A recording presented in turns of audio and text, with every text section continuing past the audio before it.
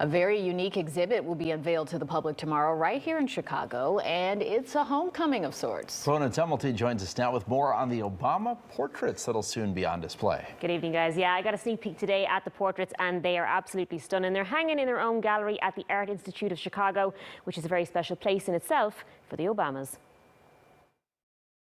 They are really radical in terms of the history of presidential portraiture. When you think about presidential portraits, these probably spring to mind. But when it comes to the Obamas, things are a little different. They're really like nothing we've seen before. They're so bold, they're so vibrant, they're experimental, they're conceptual, they're colorful. Unveiled in 2018 in Washington, D.C., they're now on tour for the first time, with Chicago, a city the Obamas are very connected to, being their first port of call. It's their home. This is their home, you know, so it's fantastic to welcome them here in this form. And the Art Institute itself holds a special memory for the couple. Where we're standing right now, this museum, the Art Institute, is where they had their first formal first date.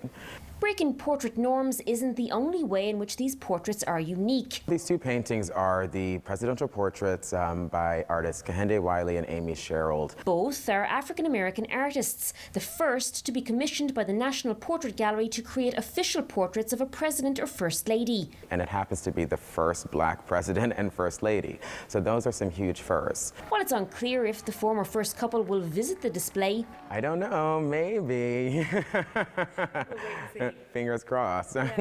someone who can't wait to is Holly Davis. So I plan on being there quite a bit. I usually go once or twice a month just to be surrounded by art. She's a Chicago-based artist who tells us her work has been compared to Wiley's. And now I'm excited that I share some commonalities with him because I think that's how we diversify how art is received. She's delighted her hometown is the first stop for the paintings. Chicago can rival any city in the world when it comes to art. And hopes both they and her own work can inspire others. I think it's incredibly important for young kids of color to see African Americans succeeding. And the paintings, I'm told, also have certain symbolic elements in them. For example, the flowers in Barack Obama's painting were chosen very specifically. One is the chrysanthemum, which is Chicago's flower, emphasizing his ties to this city. Another is the African lily, a nod to Obama's Kenyan heritage. And the third, I'm told, is white jasmine, which speaks to his birthplace of Hawaii. Very cool. Thank you, Brona. Thanks, Brona.